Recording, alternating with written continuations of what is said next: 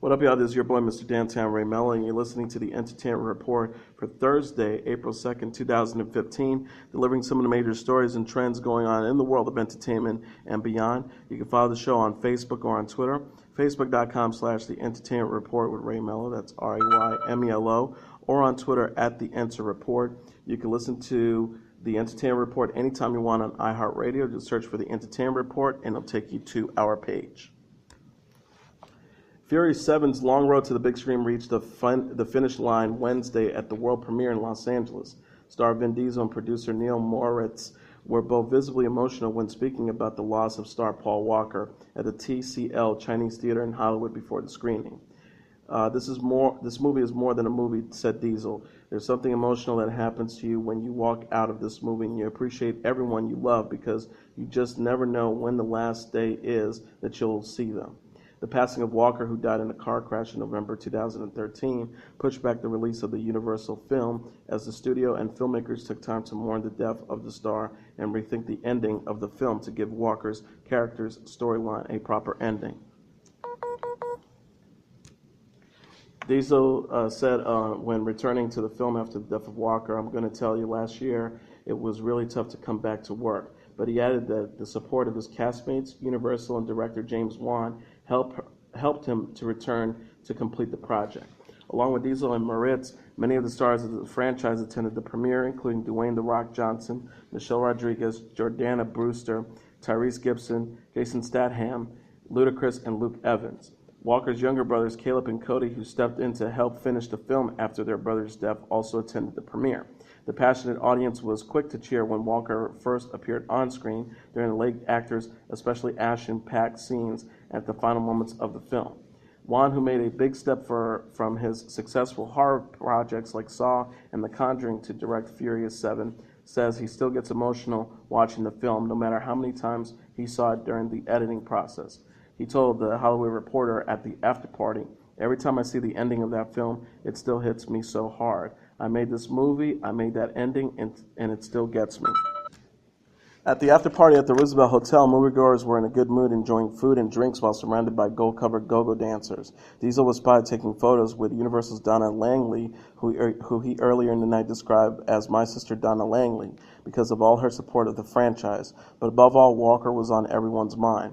Star Ludacris agreed with Wan that it could be difficult to watch Walker's final performance. He told The Hollywood Reporter, "It's hard to watch, but it's so good at the same time. I love how we ended it creatively." Ludacris, who joined the franchise in 2003's Too Fast, Too Furious, and then returned for Fast 5 and Fast 6, was also quick to emphasize Diesel's role in safekeeping the franchise as a producer. He told The Hollywood Reporter, "People don't give Vin enough credit. He really eats, sleeps, and shits these movies. I think Vin needs to get more credit because he really fights to keep the integrity of everyone's characters, not just his own." Moritz, who has produced all of the films in the franchise, wrapped up his remarks with his thoughts on Walker as well. He said to the crowd, "I know Paul is smiling down on us right now. We love you forever, Paul, and you will always be a part of all of us." Furious 7 hits theaters on Friday. CTN presented an ambitious slate of new and returning series and specials during its upfront presentation to advertisers at New York City's Times Center on Thursday. Highlights of that slate included an original scripted comedy starring Billy Ray Cyrus, a new reality series following American Idol champ Kellie Pickler, its first late-night talk show produced by Chelsea Handler, and a series following NASCAR to be narrated by Dale Earnhardt Jr. In addition, it has renewed Party Down South 2, and Steve Austin's Broken Skull Challenge. CMT's Executive Vice President of Development, Jason Dinsmore, said, "CMT is on fire. We are producing more original content than ever before and have a rich pipeline of fresh and innovative ideas. This year, we're enlisting some of the biggest names in the industry to unleash a groundbreaking new programming slate, including epic events and music specials, a bold scripted comedy, and brilliant documentaries." Cyrus will star as Vernon Brown in Still the King, an original script comedy following Vernon, a washed-up one-hit wonder who goes on to become a Vegas Elvis Presley impersonator. After crashing into an old church, a judge orders him to do community service for the church. Instead, he passes himself off as the church's new minister. From Hideout Pictures, Cyrus is set to executive produce and write on the series. It's set to debut early next year.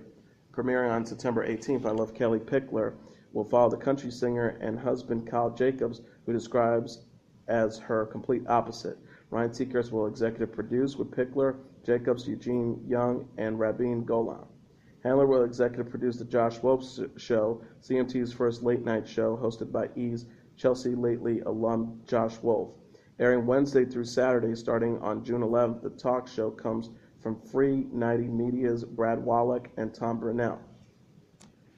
American Speed, the true story of NASCAR, will air in early 2016. CMT promises that the limited documentary series will tell the gritty story behind the iconic car racing organization, with two-time Daytona 500 winner Dale Earnhardt Jr. set to narrate it. It will be executive produced by Stephen David of Stephen David Entertainment and Zane Stoddard from NASCAR.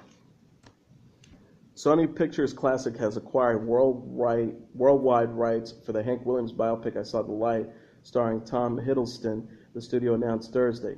Hiddleston will play Williams, a legendary country western singer who created one of the greatest body of works in American music in his brief career. The film chronicles his meteoric rise to fame and its ultimately tragic effect on his health and personal life. Written and directed by Mark Abrams, I Saw the Light is based on Colin Escott's award-winning biography of the singer and stars Hiddleston, Elizabeth Olsen, Bradley Whitford, David Krumholtz, and Cherry Jones. Rat Pack Entertainment's Brett Ratner and Bronze Studios' Aaron Gilbert produced the film with G. Mark Roswell and Abrams. Ratner said, "All of us at Rat Pack Entertainment are thrilled that Sony Pictures Classics is distributing I Saw the Light, as Michael and Tama are unparalleled in their marketing and distribution expertise. This film is a perfect fit, especially given their passion for country music, and we could not be in better hands." Hiddleston is most famous for playing Loki in the Thor series and the Avengers, a role he will reprise in the upcoming Avengers Age of Ultron. He will next appear in Guillermo del Toro's Crimson Peak. I Saw the Light does not currently have a U.S. release date. Memories Pizza, the Indiana restaurant that temporarily closed on Wednesday due to backlash resulting from its public refusal to cater same-sex weddings, has had a major reverse of fortune. Over 3,600 people have banded together to, quote, relieve the financial loss endured by the proprietor's stand of faith and raise a total of $108,555 in just 17 hours through crowdfunding site GoFundMe. Memories Pizza, a proud Christian establishment, took the national spotlight on Wednesday after owner Crystal O'Connor told a local ABC affiliate, "We would have to say no to a gay couple if they asked to buy a large number of pizzas for their wedding." The business, however, said if a gay couple stepped into the restaurant, they wouldn't be denied service, although it's likely gay patrons would avoid making memories at Memories altogether. The restaurant's Yelp page had been flooded with comments criticizing owners for their belief that they have a right to discriminate against gay married couples. The vigorous social media backlash, paired with threatened phone calls, forced Memory Pizzas to go temporarily dark. It appears the pizzeria won't have to reopen anytime soon, since it received an additional $12,000 in the time it took to do the story. The controversy surrounding the restaurant stems from Indiana's Religious Freedom Restoration Act, which O'Connor says, "We definitely agree with, because she doesn't think the bill targets gays or discriminates, but instead protects businesses like hers who has a religious belief." Will Ferrell and Kristen Wiig have teamed for a top-secret Lifetime movie called A Deadly Adoption, The Hollywood Reporter has learned. Set for a likely early summer debut, Ferrell and Wiig starred in this dramatic thriller as a successful couple who house and cater for a pregnant woman played by 90210 alum Jessica Lowndes, with the hope of adopting her unborn child. Then things quickly go awry. The movie is described as campy and fun, and a contemporary wink at the genre that comes as Lifetime is poised to mark the 25th anniversary of its TV movie business. The 2-hour TV movie has already been filmed and is being executive produced by Ferrell and Adam McKay's Gary Sanchez Productions. Ferrell, as it turns out, is a huge fan of the Lifetime movies and had always wanted to make one himself. The movie hails from Mark Vista Entertainment and National Picture Show. Rachel Lee Goldenberg, who directed Escape from Polygamy, Love at the Christmas Table, will direct the 2-hour pick that's based on a script from The Spoils of Babylon's Andrew Steele. It marks a reunion for Steele with Ferrell and Wiig, who both starred in the IFC miniseries. Manoel de Oliveira, a celebrated Portuguese movie director believed to be the world's oldest filmmaker, has died according to authorities. He was 106. The city council of Porto, where Oliveira was born and lived, announced his death Thursday on its website. It did not provide further details. Portuguese Prime Minister Pedro Passos Coelho said in a statement that Oliveira was a central figure in the international projection of Portuguese cinema and through films of Portuguese culture and its vitality. President Anibal Cavaco Silva said in a televised address that Portugal has lost one of the greatest figures of its contemporary culture. Oliveira's last film, a short feature called The Old Man of Bethlehem, had its premiere last November in Porto and was shown at last year's Venice Film Festival.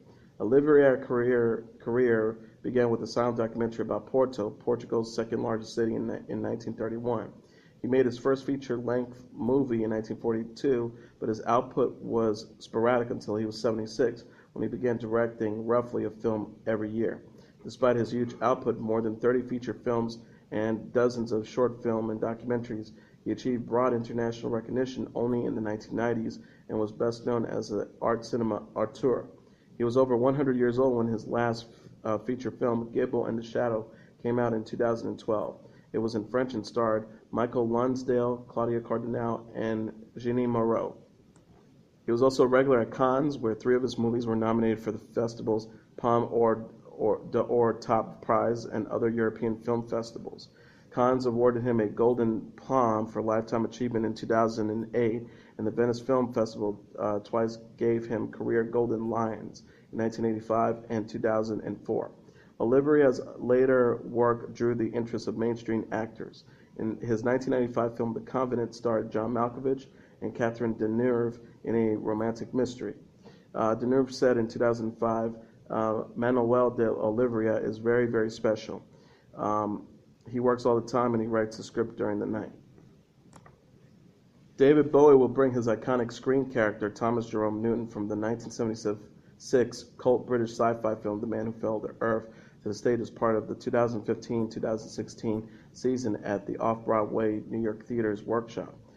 The humanoid alien will be the protagonist of the play with music Lazarus by Bowie and Irish playwright Enda Walsh, inspired by the 1963 novel by Walter Tevis that yielded Nicholas Roeg's film version. Bowie has written new songs for the world premieres project, as well as new arrangements of previously recorded materials. Avant-garde Belgian director Ivo van Hove will stage Lazarus at the end of the year, with exact dates, cast, and other details to be announced. In the film, Bowie plays the extraterrestrial who crash lands on Earth while seeking water to save his drought-stricken planet. He is not expected to appear in the stage production. Paul Bardier, a science writer who claims he was defamed by something Jennifer Lawrence said in David O. Russell's 2013 film American Hustle, has survived an attempt to knock out his $1 million lawsuit on First Amendment grounds. In the movie, Lawrence plays a character named Rosalind who tells her husband, played by Christian Bale, the microwaves take the nutrition out of food. After Bale's character responds, "That's bullshit," Rosalind shows him a magazine and says, "It's not bullshit, I read it in an article, look," by Paul Bardier. Bardier says that during the 1970s, when the film took place, he was given interviews proclaiming that food cooked by microwaves was safe. He feels his reputation might have been damaged in the community, analogizing what happens to someone if someone misquoted Stephen Jay Gould as saying that God created the earth 6,000 years ago, or if someone misquoted Carl Sagan as saying that the sun revolves around the earth. In the defense of the lawsuit, Columbia Pictures, Atlas Entertainment, and Annapurna Pictures brought on an anti-SLAPP motion that argues that the objectable activity furthered their free speech on a matter of public interest, and that they were likely to win the case because the character of Rosalind was an unreliable character.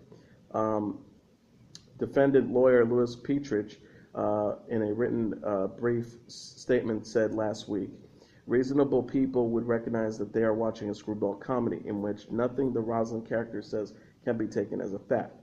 Bardier's lawyer, Leon Friedman, submitted in turn that its ditzy defense was faulty. What the defense means is that anytime a publisher or movie company wants to defame a living person, all they have to do is present a ditzy person who can say anything about that person without any concern for possible legal actions in the future. He also added the ditzy defense cannot be decided at this stage of the proceeding. It is up to a jury to make such a determination. On Wednesday, the parties appeared before the LA Superior Court Judge Terry Green for oral arguments on the anti-SLAPP motion. The record reflects that the judge has denied the producer's attempt to strike the lawsuit, meaning it will proceed. A written opinion isn't yet available, but will update later with the judge's analysis. Portlandia's co-star and co-creator Fred Armisen will host the first ever Peabody Awards evening gala, the Peabody Board announced Thursday. For the first time in its 73-year history, the Peabody Awards will be held as an evening gala event, complete with red carpet rather than a workday luncheon.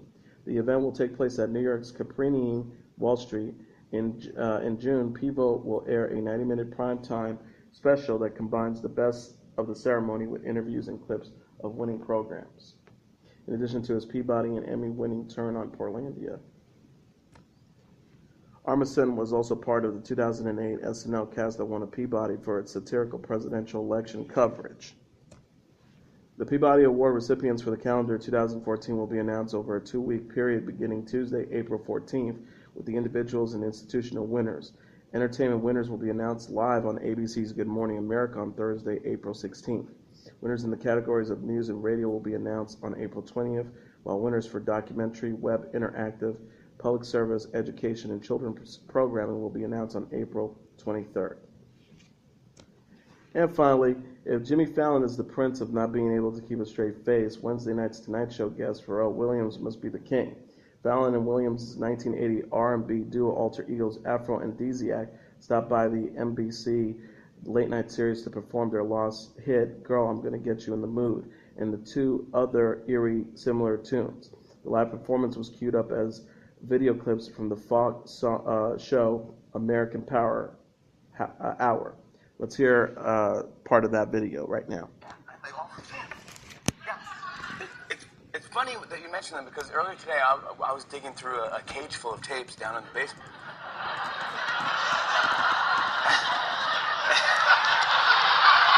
And I actually found a clip of them.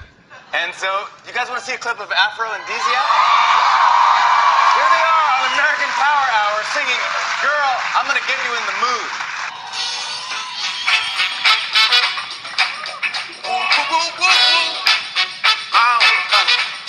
Look at here.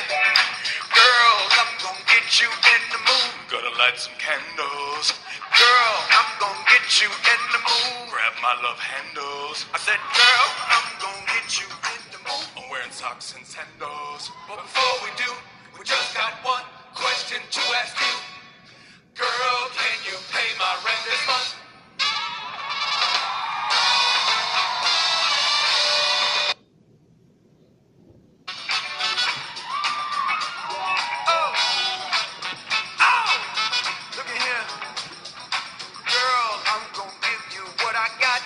I'm ready. Looking at you, girl, you make me hot. Very sweaty. Making love with you would hit the spot like a bowl of biscotti. Before we get undressed, we have just one request. Girl, plan a baby shower for my boss's daughter.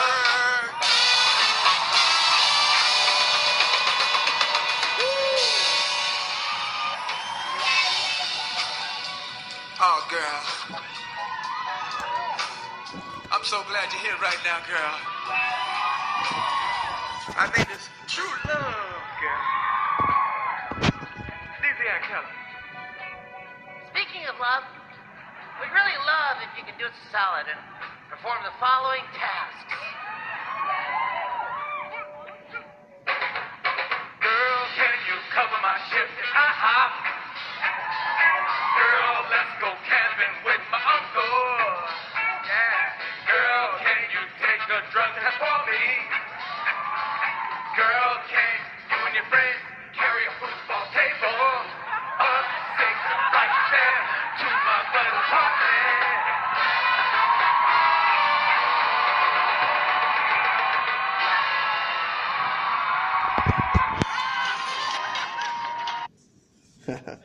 And that is your entertainment report for Thursday, April 2nd, 2015. I'm your host, Mr. Downtown Ray Melo. I will be back on Monday to deliver some of the major stories and trends going on in the world of entertainment and beyond. You can follow the show on Facebook or on Twitter, facebook.com/The Entertainment Report with Ray Melo, that's RayMelo, or on Twitter @The Enter Report. You can listen to this episode or any previous episodes of The Entertainment Report on iHeartRadio. Just search for The Entertainment Report, and it'll take you to our page.